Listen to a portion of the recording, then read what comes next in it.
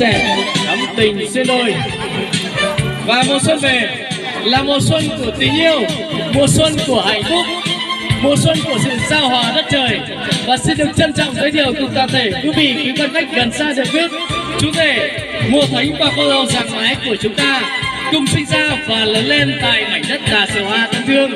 Mảnh đất được thiên nhiên ban tặng bốn mùa sương răng mây sưởi núi, mảnh đất thấm đẫm trữ tình và chất thơ, mảnh đất để lại rất nhiều những ấn tượng trong những cách nhà vườn. Và giờ đây tình duyên của đôi bạn trẻ của chúng ta đã thêm đường hòa kết trái.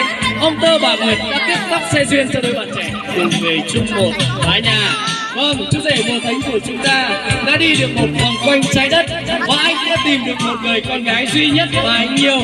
Vàng bạc kia thì kém xa em nhiều, bởi cô dâu giảng mái của chúng ta có tấm lòng trung thủy.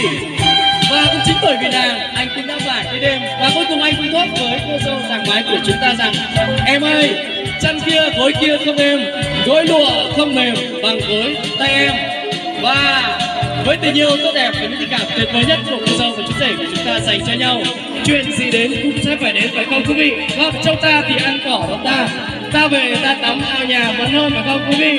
Và giờ phút này đây, chuông vàng cũng đã kêu và giờ vàng cũng đã điểm. Ban tổ chức của chúng tôi xin được lấy chén nước trong xanh, lấy gió mát trong lành, khơi khắc tình yêu của đôi bạn trẻ giảng mái mùa thánh chính thức lên ngôi. Quý vị đồng trang một tay thật lớn để chúng ta cùng nhau khai mạc trận này lên ngôi của chúng tôi. Mùa thánh giảng mái ngày đây.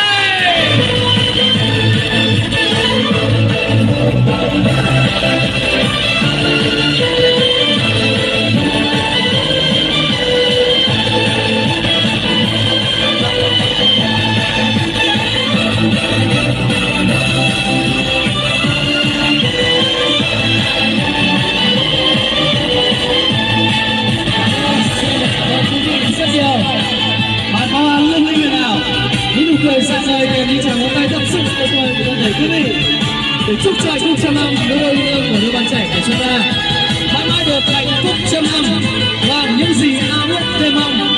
Hôm nay đã nên vợ nên chồng rồi đây, ông bà cha mẹ hôm nay họ hàng bè bạn đã mừng thay cho mình cuộc sống hạnh phúc gia đình. Đôi bên cha mẹ cũng đã sinh thành được ta, cũng là duyên số giàn hòa. Ông Tơ bà Nguyệt chính thức xe duyên cho cô dâu chú rể của chúng ta. Kể từ nay đã như thể con tằm ăn chung một kén vào nhà cùng một năm.